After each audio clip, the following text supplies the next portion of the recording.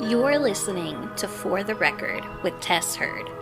I'm Tess Heard, and this is For the Record.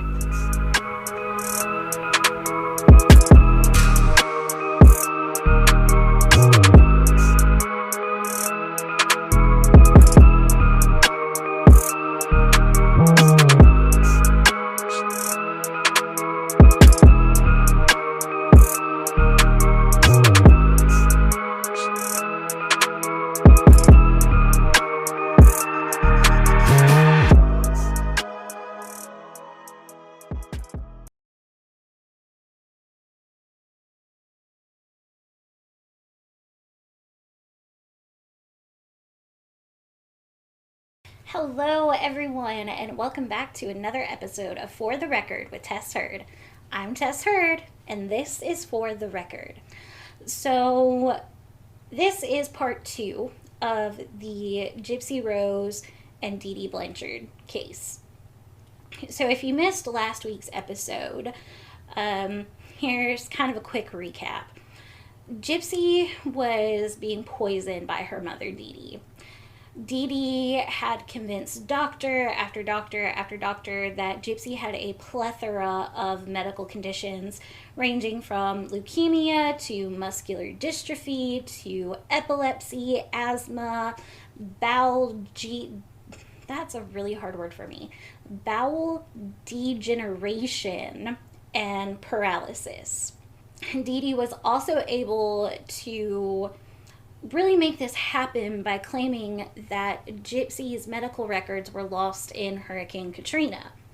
Now, I don't know exactly how medical records were kept back then, but I know that now they're pretty much all digital. So, I don't know if maybe this was before they started digitalizing medical records, but I would think that there would be some sort of something that these other doctors could have pulled from other hospitals if they were really, concerned about it.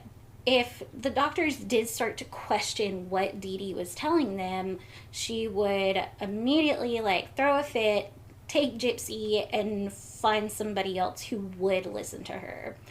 And a few of the doctors did ask questions, and they were concerned for Gypsy. They said that Dee Dee wasn't a good historian, that Gypsy's symptoms and everything just didn't add up to what was being presented to them, and it was just a mess.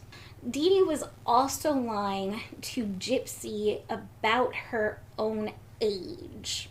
And that just kind of really blows my mind. How can you lie to your child about their own age? I tried to convince my mother to tell me that I was older than what I was because I've always felt like I was older than what I am. So Gypsy didn't even know how old she truly was. She thought that she was, this poor 15, 16-year-old girl, when in actuality, at this point in time, Gypsy was 18, 19, 20, and Gypsy didn't even know about it. Like I said in last week's episode, I don't know how Gypsy found it, but she did find a copy of her original birth certificate and some sort of insurance card that correlated what her birthday actually was, what her birth year actually was. And so when Gypsy asked Dee Dee about this, Dee Dee told her that it was a misprint for whenever they got new copies after Hurricane Katrina. That's just, I don't even know what to say about that. Furthermore, on Gypsy's 18th birthday, her dad called her to wish her a happy birthday, and Dee Dee told him not to say anything to Gypsy about being 18. She told him that Gypsy really only had the mentality of a 15, 16-year-old, so she wouldn't understand that she was actually 18. Dee Dee was passing Gypsy off as a child when she was actually a legal adult, And we also talked about how when Gypsy finally found out her real age, she ran away. And within hours of being gone, she was in a whole other state, mind you. Within hours, Dee Dee was banging on the door of the house that she was at.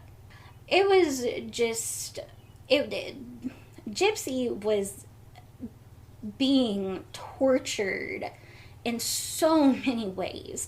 You know, not just the medical aspect of it, but she was being lied to. She was being manipulated. She was being told that, you know, she was this little girl whenever she was actually an adult.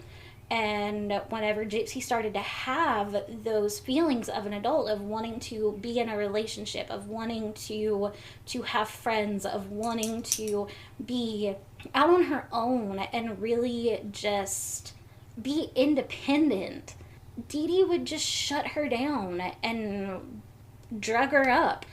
Just, if you really think about how Gypsy was treated and how, like, what she had to put up with, it's not right.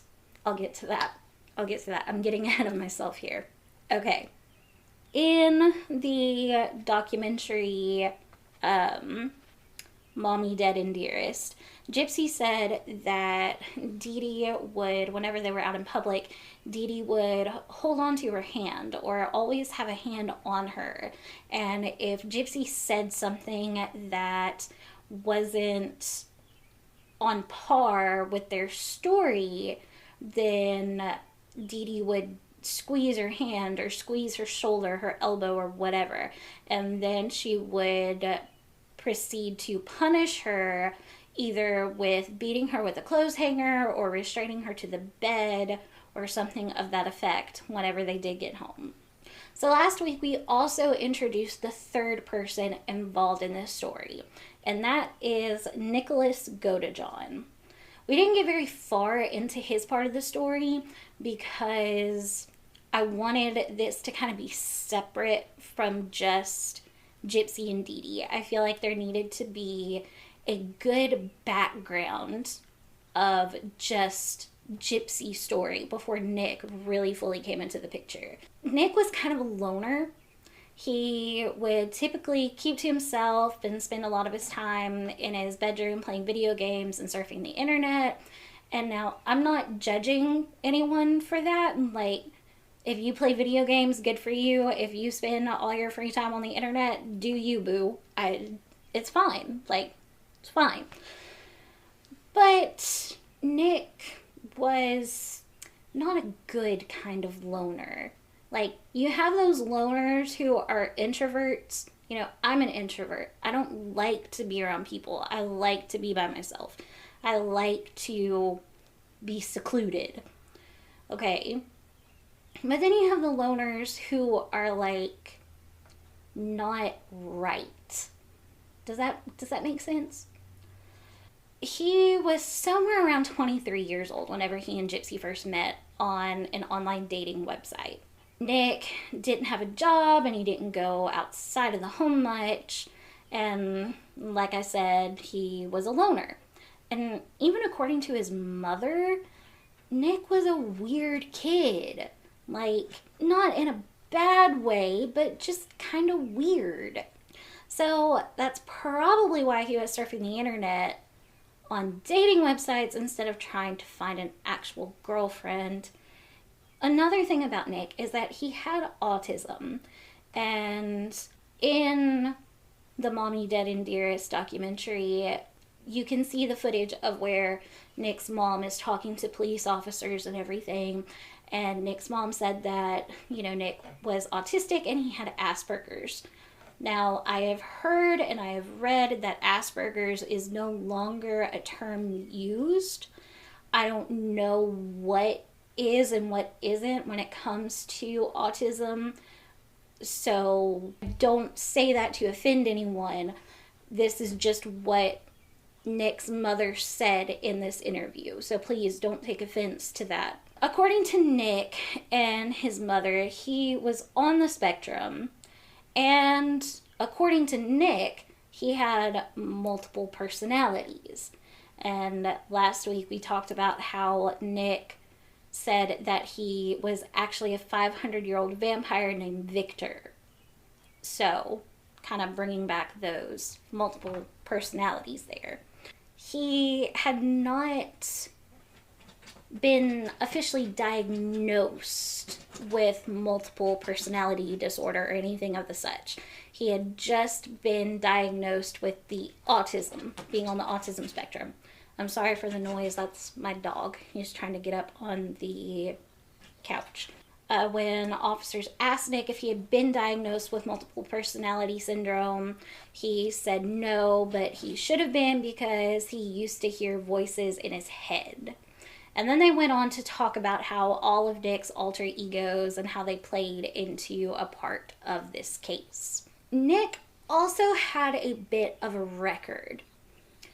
And I don't quite understand the story, and I couldn't really find much on it, but Nick was reportedly arrested for allegedly watching pornography and fondling himself in a McDonald's for 9 hours. Now, I have several questions about this. Was he in the McDonald's for 9 hours and was doing this the whole time? Or had he been in there for 8 hours and 59 minutes, and then before he decided he was gonna leave, he was like, oh, this might be a good idea. Like, yeah.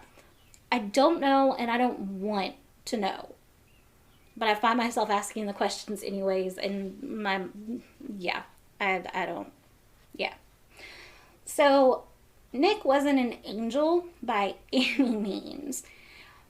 He was also into some kind of weird stuff, such as BDSM and other erotic sexual fantasies, in which he unfortunately introduced Gypsy to. Gypsy had never had a boyfriend before, nor did she have any kind of example in her life of what a healthy relationship was supposed to look like, other than the Disney movies she'd watched growing up. Now, I know everybody dreams about being a pretty princess and marrying the prince and all that jazz, but it's not quite realistic in the terms of an actual relationship, and that's something that I had to learn the hard way. Gypsy's mom, Dee Dee, had told her that her dad, Rod, was a deadbeat drug addict to abandon them when Gypsy was a baby. And in an interview with Rod, he denied that, stating that he never walked away from Gypsy, that he wanted to be a part of her life, and anytime he tried to be a part of her life, Dee Dee would pull away and take her elsewhere. While he did say he divorced Dee Dee because he wasn't in love with her, he always loved his little girl, and he regrets not trying harder to be there for her and be a part of her life. So whenever anyone, family, friends, neighbors, doctors, anyone questions anything about Gypsy and her health, Dee Dee would just pick up and run. It wasn't until they landed in Springfield that they finally decided to stay put and just convince the world that Gypsy was really as sick as she was. Rod also said that he never once missed a child support payment, which was close to $2,000 a month. But yeah, he was a deadbeat drug addict who abandoned his daughter. Don't get me wrong, I get that there are crappy dads out there. Trust me, I know. But if you're a man who is being kept away from your child by their mother, especially if that child is sick, and you're still paying child support, you're not a deadbeat dad. Sometimes dads get the raw end of the stick, and it really, truly is not fair. I am a dadvocate, to say the least. So, to get back on track here, Gypsy didn't know what a healthy relationship looked like. She didn't understand that being in love and having butterflies weren't the same thing. Yeah, this was her first boyfriend, but this had to be the worst person she could have wound up with as her first. And when their plan A of meeting at the movie theater didn't work out, they resorted to plan B, a plan that would end up in a bloodbath. Nick had told Gypsy that he would protect her from anyone, and after being told she was going to have another surgery that Gypsy didn't want, didn't need, and was still going to be forced to have it, Gypsy asked if Nick would kill her mother. Nick said he couldn't do it, but if Gypsy asked his alter ego, Victor, that 500-year-old vampire who was evil, Victor would do it for her. So Gypsy asked Victor to kill her mother. That way she could finally be free from her mother's abuse. They then began to set their whole plan in motion. Nick would take the bus to Springfield, and Gypsy would have a knife, gloves, and duct tape waiting outside the front door for him. Gypsy would unlock the door and then go hide in the bathroom so she wouldn't hear anything.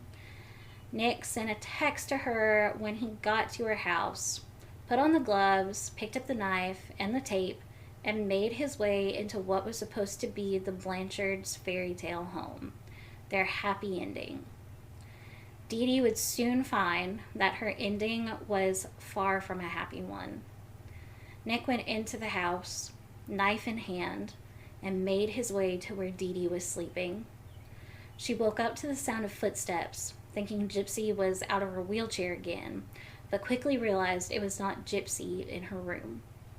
Gypsy was in the bathroom, in the fetal position, with her hands over her ears, but she could still hear her mother's screams. Nick stabbed Dee Dee a total of 17 times, killing her and sadistically freeing Gypsy. After Nick had stabbed Dee Dee, he made Gypsy strip down naked, shave her entire body, and clean the drops of blood in the hallway that had came from a cut on his own hand.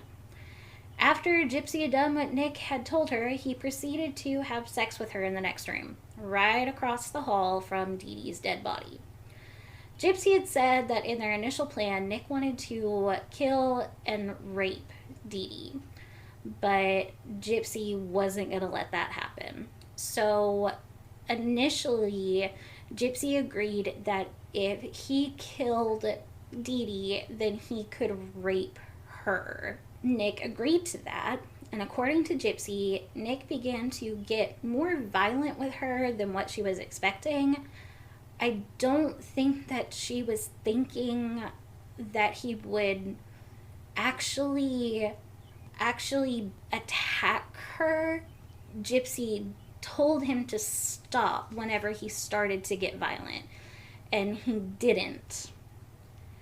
And so even though Gypsy had said that he could do this, the fact is that whenever she said stop, he didn't. And this consensual rape turned into actual rape. So Nick began packing clothes for Gypsy afterwards. He wanted her to wear what he picked out for her, and she didn't object. I think that she was so used to being told what to do, what to wear, how to look, how to act, that she just kind of went with it. She didn't fight it. She didn't think, no, like, I want to choose what I wear. I think that it was just it was a sucky situation for her all the way around. So they snuck away from the house and went to the hotel where Nick had gotten a room after arriving in Springfield. There are some questionable videos that Gypsy took in the hotel room. In one particular is one of her filming Nick, who was eating a brownie. She's laughing and giggling uncontrollably, saying, "You're eating a brownie now, but soon you'll be eating me." When asked about this video, Gypsy said that she was on a high dose of Xanax at the time and really didn't know what was real and what wasn't real. And by the look of Gypsy in that video, I absolutely can believe that she was not of sound mind. Even if she hadn't taken any pills, she couldn't have possibly have been of sound mind after what had happened. So the next morning, Gypsy and Nick went to the bus station and bought 2 tickets back to Big Bend, Wisconsin, where he lived with his mother and stepfather. Nick had told his mom that Gypsy's mom had kicked her out and she was living in a woman's shelter, and asked if he could come live with them. Nick's mom agreed, and that's where she thought her son was going, but he was actually there to kill Dee Dee. When Nick and Gypsy arrived in Big Bend, Nick's mom picked them up from the bus station, and they seemed to have a pleasant conversation on the way back to the house. When they got home, Nick's stepfather did say that he was kind of weirded out by Gypsy because she was wearing a wig, which, I mean, come on, that's ridiculous. Have you never seen anyone wear a wig before? After being at Nick's home for a while, Gypsy started thinking that someone should let someone know that her mother was dead. She didn't want Dee Dee left in the house to rot, so they did the only logical thing they could do. Post it on Facebook, of course! Dee Dee and Gypsy shared a joint account where they would post updates on Gypsy's health, and also where they were able to suck sympathy for money out of people. So to Gypsy, this was the perfect place for them to make it known that Dee Dee was dead and Gypsy was gone. I try to keep my vocabulary pretty clean, so these are going to be PG-13 rated quotes rather than the R-rated words that were posted. But they said in the posts that B is dead, and another that said, "I effing slashed that fat pig and raped her innocent daughter.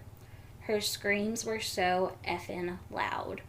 Friends and neighbors immediately took notice of the post and were worried sick. They were commenting on the post, asking if everything was all right, what was going on, saying that, they think that they'd gotten hacked. And some of the neighbors even went over to the house and knocked on the door. When no one answered the door, they called the police to do a welfare check on the family. When police arrived at the Springfield home, no one could have expected what they found. The body of Dee Dee Blanchard was strewn over her bed, covered in stab wounds. Gypsy's wheelchair was left sitting in the bathroom, but there was no sign of Gypsy. The neighbors told police that Gypsy was chronically ill and was paralyzed. She needed medical assistance and didn't just get up from her wheelchair and walk out of the house on her own accord. Oh, but little did they know. Because Nick and Gypsy posted the Facebook statuses from a home computer with Wi-Fi, authorities were quickly able to track down the IP address and find out where the post had come from. It would take only 4 days from the murder to the arrest of Gypsy and Nick. When police arrived at the Go to John home, they were shocked by what they found. Gypsy, who they believed to be in danger, sick, and unable to walk, walked out of the house with Nick, had the entire nation in disbelief. As news broke across the country, people began to think that Gypsy was in on it all along, that she was also partaking in faking her illnesses for the financial benefit her and Dee Dee were getting. In an interview with Dr. Phil, Gypsy said that she didn't know she was being used as a cash cow and would have never agreed to fake an illness in order to receive money or sympathy of any kind from anyone. When the two were first brought in to be questioned by the police, Gypsy tried to say that she didn't know her mother was dead and didn't have anything to do with it. That didn't last very long, though, and she did admit that she knew her mother had been killed, and while she didn't do anything to her mother in terms of the murder, she was a partner in planning it. Nick was very open and honest about what he had done, but he said that he would have never have killed anyone if Gypsy hadn't have asked him to, or asked Victor, I should say, since it was Victor who killed Dee Dee. Initially, both Gypsy and Nick were being charged with first-degree murder, and they both were facing the possibility of life in prison or even the death penalty. But as time went on and Gypsy's legal team began to hear the truth about what happened with her, they worked tirelessly to try and get her some sort of plea deal. While not everyone believed that Gypsy was as innocent as she said, some people, like myself, have vowed to take her side and refuse to believe that she could have done any of this if it hadn't have been for Dee Dee's abuse. Rod and his wife have stood by Gypsy's side since the moment they got the call from her that she had been arrested. Rod said that he knew Dee Dee had told him she was sick, but he had no idea that she had taken it this far. He also said that he knew Gypsy wasn't as sick as Dee Dee had made her out to be, and if he had known anything, he would have gone and gotten her and brought her to live with him. In the end, Gypsy was able to get a plea deal, pleading guilty to second-degree murder and only receiving 10 years in prison. Unlike most people who go to prison, though, Gypsy began to thrive. She was able to start gaining weight, her hair began to grow, and she was finally able to have her feeding tube removed. She was taken off her medication. She was being treated to heal her body. She was able to get in a routine that didn't revolve around medicine and lies and manipulation. Gypsy is set to be released from prison in 2024. As for Nick, he was also charged with first-degree murder and was sentenced to life in prison without the possibility of parole, plus 25 years. He and Gypsy did not continue their relationship after being arrested. I want to talk a little bit about my thoughts and feelings on Gypsy's time in prison. I don't think that Gypsy should have gone to prison at all. They offered her a plea deal so that she wouldn't have to face trial. She didn't want to have to face trial. So the plea deal was to avoid trial, pretty much. But even still, Gypsy was already in a prison in her mother's home. She was a ward of abuse and manipulation. She had been made to be ill by all of these different medications. She had been forced to have surgery after surgery after surgery. She lost her teeth, for goodness sakes, because of the side effect of a medication that Dee Dee had given her that she didn't even need. I do not believe for an instant that in Gypsy's mind that there was another way out. I feel like she did the only thing that she thought she could do. And if she had any kind of ray of hope coming from anywhere else, she would have taken that instead of coming up with this plan. It may have been Gypsy's plan. Okay, if that's the case, okay. Like, she can take accountability for that. I will give her that. She probably did come up with the plan. But she came up with the plan because she didn't have another way to get out.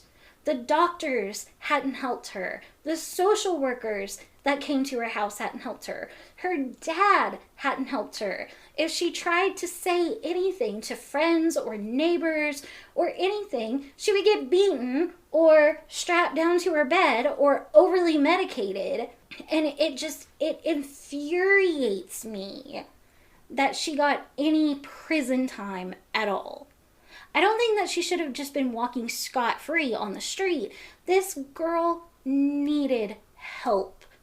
She needed help. She needed to be in a place where she could heal physically, mentally, and emotionally. She should have been put in some sort of hospital setting, some sort of rehab setting, some sort of something that could have diligently worked with her, worked through everything she had been through, worked through why she had why she had come up with this plan to kill Dee Dee, why she let this random stranger on the internet come and do the job. Why the work through the emotions of that, work through the scars of that, work through the wounds of that, because that's something that you're not just gonna get over.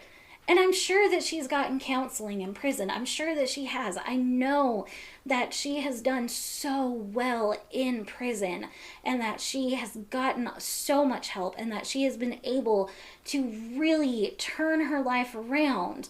And I'm not worried for the sake of her hurting other people whenever she gets out. I'm worried that she's not going to have the resources that she needs when she does get out. I'm worried that whenever she gets out, she's gonna be like a deer in the headlights and not know, because she literally went from Dee Dee's prison to federal prison or whatever it is, and then she's just gonna be released into the real world.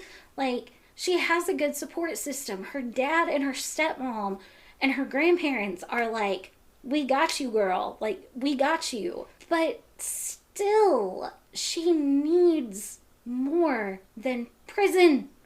She needs the structure of something other than a prison.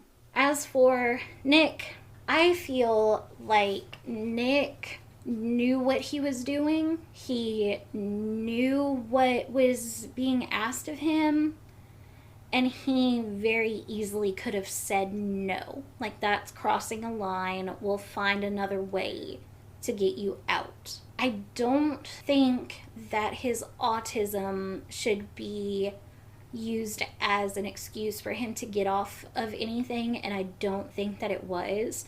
But just like with Letitia Stout and how she was trying to claim that she had, DID, just because you have something doesn't automatically mean that it's going to cause you to do something so horrific. I have anxiety and depression. That doesn't mean that I'm going to go hurt anyone or kill anyone just because I have anxiety and depression. And I don't believe that somebody with multiple personality disorder, autism, or even bipolar, like, just because you have something like that doesn't mean that you're a killer. It doesn't mean that. And I don't know, I kind of think that Nick got what he deserved, and I don't think that he obviously didn't make the right choices, because a person is dead and he's in prison. So I really don't believe that he didn't make the right choices. And he could have gone to his parents. He could have gone to his mom and said, Mom, my girlfriend, her mom is abusing her. She doesn't know how to get out of this. Please help us, help her. But he didn't do that. Maybe Gypsy told him not to. Maybe she didn't want him to tell anyone. Maybe she just thought that she couldn't trust anyone. And I understand that, because I wouldn't trust anyone either. I don't think that I could make myself believe that there were good people out there when I'd been failed by so many. So when it comes to Gypsy, I think that it's horrible that she's had to spend any time in prison. I think that Nick deserves to be where he is. And I don't know, I think that it's a tragic case. And it's a story that it's awful just simply because of how badly Gypsy was failed. And it's not fair that she had to go through what she went through and is now having to pay the repercussions for what she did to, I think, survive. But that's just me. I know that there are a lot of other people who have a lot of other feelings and opinions, and that's fine. This is just my opinion on it. That's going to be the case of Gypsy Rose and Dee Dee Blanchard and Nicholas Godejohn. Thank you guys so much for listening. Thank you for subscribing and downloading and following us on Facebook and everything else. If you haven't subscribed yet, please subscribe. If you aren't following us on any of the platforms, we are on YouTube, Spotify, iTunes, Amazon Music, iHeartRadio, and Google Podcasts. So yeah, go ahead and give a 5-star review if you're listening. You know, that really helps your girl out. And I guess I will see you guys next week. Stay safe.